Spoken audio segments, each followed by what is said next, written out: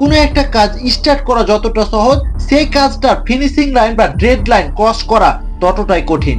যেমন একদিন জিমে গিয়ে এক্সারসাইজ করলে আপনার শরীরের কোনো পরিবর্তন আসে না, একদিন লেখাপড়া করলে যেমন আপনার লেখাপড়া কমপ্লিট হয় না, একদিন কন্টেন্ট ক্রিয়েট করে সেই কন্টেন্টটা আপলোড করলে যেমন ভাইরাল হওয়া যায় না, সবকিছুর বিহাইন্ড ডিসিপ্লিন রয়েছে। Discipline means not motivation, because motivation is a emotion.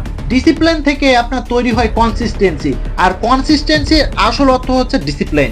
আর একদিন করতে করতে আপনার তৈরি হয় একটা কনসিস্টেন্সি, আর কনসিস্টেন্সির আসল অর্থ হচ্ছে ডিসিপ্লিন। যেমন ইচ্ছে না করলেও আপনি সেই কাজটা করেন।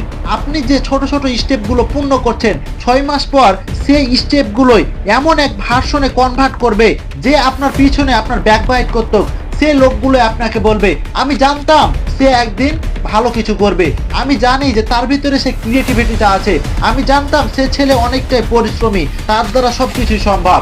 কিন্তু তার আগা পর্যন্ত আপনাকে আপনার জায়গায় পৌঁছানো পর্যন্ত আপনাকে লড়ে যেতে হবে, আপনাকে সংগ্রামী হতে হবে, আপনাকে ইস্টাবলিশ হওয়ার জন্য স্ট্রাগল করতে হবে, খুব কঠিন। আর এভাবে আপনি আপনার আশাকে, আপনার স্বপ্নকে পূরণ করতে পারবেন।